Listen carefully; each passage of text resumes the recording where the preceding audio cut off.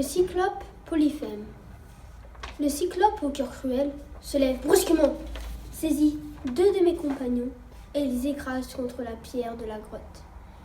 Il déchire leurs membres palpitants, prépare son repas et semblable au lion des montagnes.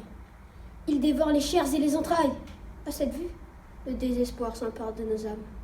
Le lendemain, quand parut l'aurore douareuse, le cyclope allume de nouveau son bois desséché, saisit deux autres compagnons et les dévore. Puis, le monstre pousse hors de l'antre ses grasses brebis. Il enlève sans effort la roche immense de la porte et il la remet ensuite aussi facilement qu'il aurait placé le couvercle d'un carquois. Et moi, je reste dans la grotte, méditant ma vengeance. Je taille en pointe un énorme tronc d'un olivier verdoyant placé par le cyclope dans l'étable. Je l'endurcis encore en l'exposant à la flamme étincelante. Nous tirons au sort ceux qui plongeront ce pieu dans l'œil du cyclope pendant son sommeil. Le soir, le géant revient en conduisant ses brebis à la belle toison. Il pousse dans la grotte ses troupeaux.